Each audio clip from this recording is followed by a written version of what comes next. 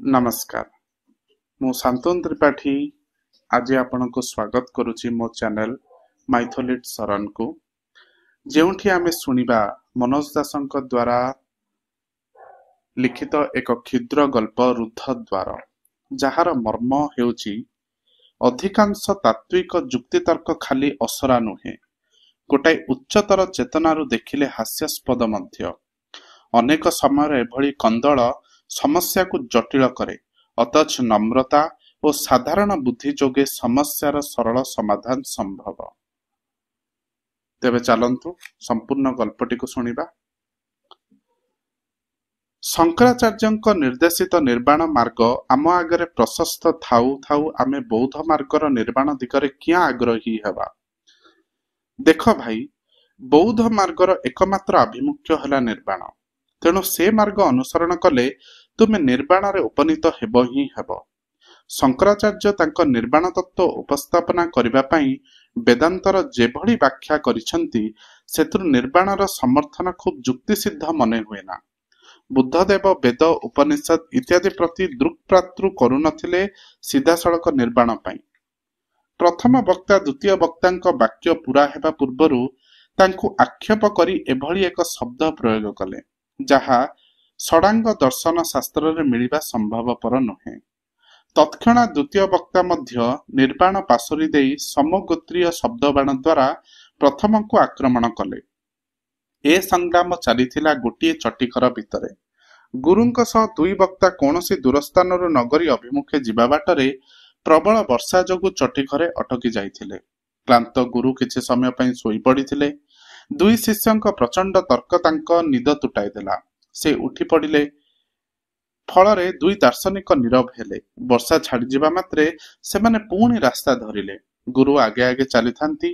दुई शिष्य पछरे यथासाध्य मृदु कंठरे बकर बकर हेउथांती। निर्वाण, मोक्ष, साजुज्य, सालोक्य, ब्रह्म निर्वाण एमंत विषय मान थिला सेमानंक चर्चार भित्ति। वर्षा जोगु मझी बाटरे अटकी रहिबाकु पड़िथिबारु सेमाने नगरी उपकंठरे पहुंचिबा बेलकु मध्य रात्र। नगरी को बेष्टन करिथाए एक सुउच्च प्राचीरी। मध्यरात्र बेले से प्राचीरर द्वारदेशरे ताला पड़ी जाए। प्राचीर उपरे थाए प्रहरी मानक शिविर। गुरु और शिष्य दुई जण सेठारे पहुंचिबार अव्यवहित पूर्वरु आउ तीन जण नागरिक फाटक सामनारे रुंड होइथांती। सेमाने नगरीर अदूररे अवस्थित एक प्रमोदालय को जाइथिले सुखर संधानरे। पीथिले उदर भरी सुरा। सेही अवस्थारे सेमानंक भितरे नगरी रे प्रवेश करिबार उपाय संपर्क रे चलीथिला वितर्क। मु कहुची चाल भांगी चुरमार करिदेबा ए लोह कबाट। ता भग्नावशेष उपरे सदर्प कदम पकाई नगरी भितर को पसिबा कहिथिले जणे। भंगा भंगीरे की अबा प्रयोजन, चाल लंफ जोगे प्राचीर उल्लंघन करिबा। हा हा प्रस्ताव देइथिले द्वितीय। अरे भाई, कबाटरे थिबा रंध्र प्रति दृष्टि दियो। चल माछी बनी जाई ए भितर दे सटकिना पसी जिबा प्रस्ताव देइथिले तृतीय। काहारी प्रस्ताव किंतु अन्य काहारी मन को पाउ नथिला। परस्पर प्रस्तावर अवास्तवता प्रतिपादित करी सेमाने क्रमे अधिकरु अधिक उत्तप्त होई परस्पर कंठरोध निमंते प्रस्तुत हेबा बेलको गुरु हस्तक्षेप करी सेमानंको मुहूर्तक पई शांत कले। सुण, तुम मानक समस्यार समाधान सहज।